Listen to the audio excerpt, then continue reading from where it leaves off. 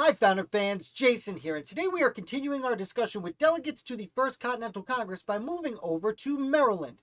Now, Maryland's a very interesting example because after New England, Maryland has arguably the most radical delegation, the most ready for independence, though no one was really quite ready for independence, delegation sent to the First Continental Congress. So let's talk about the gentlemen who went to represent Maryland and how they got there.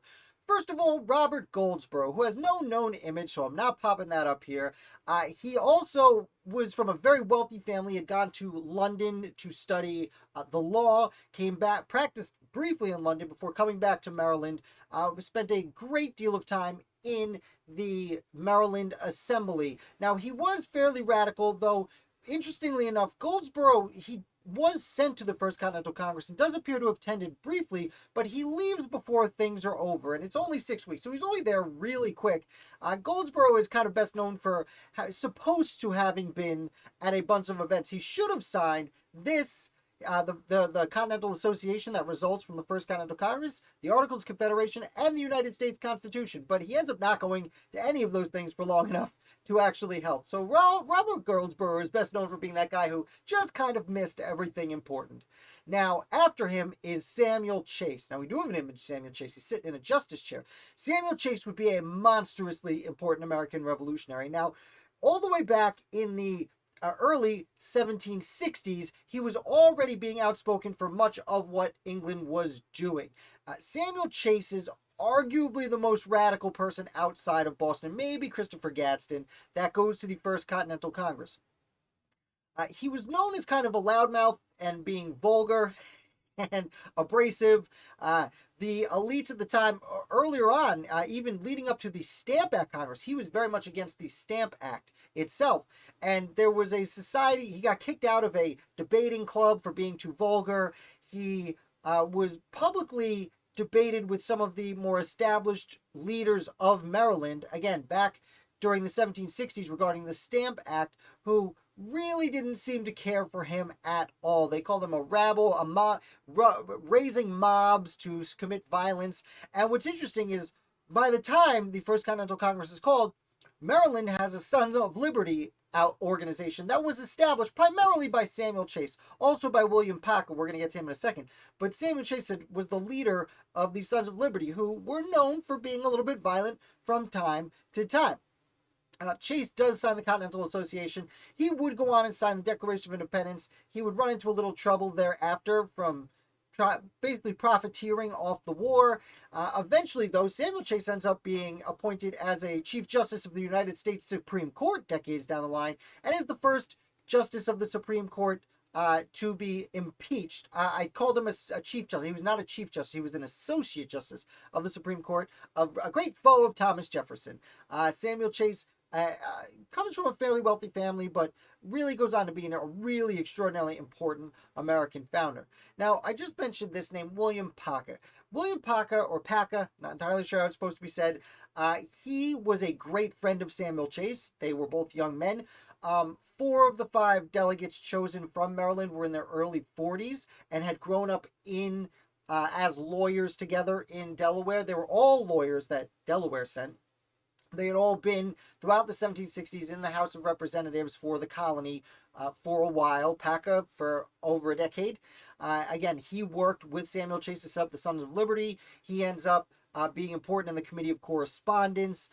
And Paca with Chase would sign the Declaration of Independence after this. And Paca actually goes on to be a governor of Maryland and a federal judge for the District of Maryland.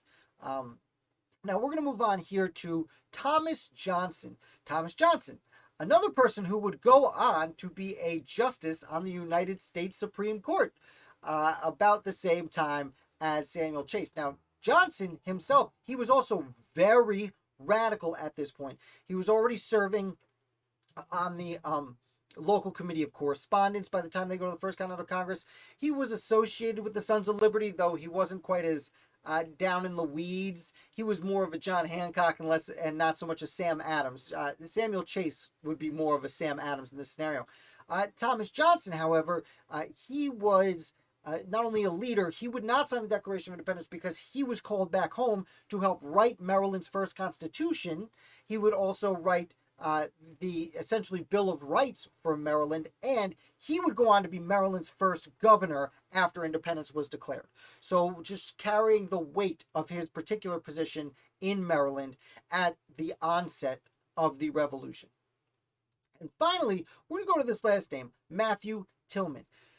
As I said, most of the delegates sent by by Maryland were in their early 40s. Matthew Tilghman was in his late 50s. He had been a long-time leader of Maryland. He had been in the Colonial Assembly for the longest time, and in fact, by the time the First Continental Congress breaks out, Matthew Tilghman is Speaker of the House. So he is really the leader of Maryland's colonial government, other than the colonial governor, who of course ends up dissolving the government, as most colonial governments did. The royal governors dissolved all the colonial governments. Now then, shadow governments were created, including Maryland's Provincial Congress, of which Matthew Tilghman becomes the first president.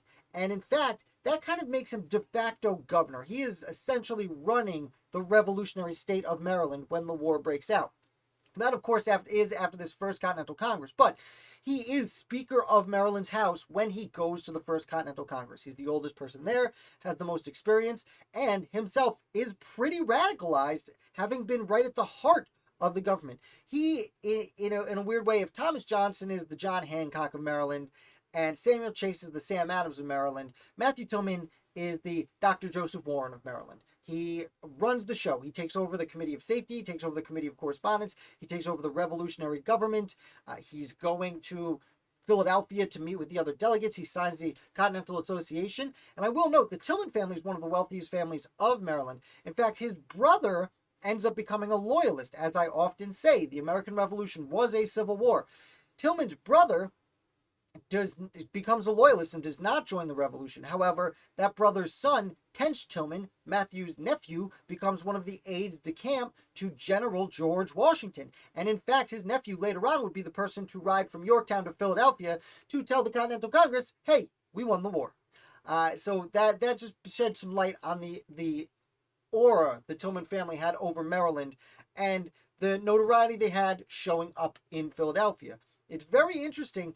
Again, we often see many of these colonies are sending delegates that are very hesitant to even fight a war, let alone a revolution. And again, this is before anyone's really speaking about independence. But if there was one colony that was kind of ready for things to take off, outside of New England, of course, it was Maryland. And these gentlemen do a great deal to push forward towards independence. Again, Samuel Chase and William Paca are there. As soon as the idea of independence is brought up, they are like, yeah, let's do it. They had already been causing a lot of problems for the government for over a decade. All of these people were, well, Matthew Tilghman was the government, but he is essentially also causing problems, trying to rid Maryland of the grievances being brought in from Parliament and the new intolerable acts that were creating all these awful laws. So I hope you enjoyed this video. I hope you learned a little bit about the delegates from Maryland, a little shorter than some of the other videos, but that's okay. Again, many of these people would go on to play huge roles in the new government. Two declaration signers, 2 future justices of the United States Supreme Court, 2 governors of Maryland are on this list. So these people really do take charge. They already were the radicals of Maryland, and it's interesting to note that Maryland's delegation that was sent by the colonial government that was being run by Matthew Tilghman sends radicals right off the bat. So just put their place in the First Continental Congress history. I hope you enjoyed this video. If you did, definitely hit like. That's the best thing in the world for me. If you're new here, subscribe. I put out videos about the American Revolution all week long, and I'll be back with another founder for you tomorrow.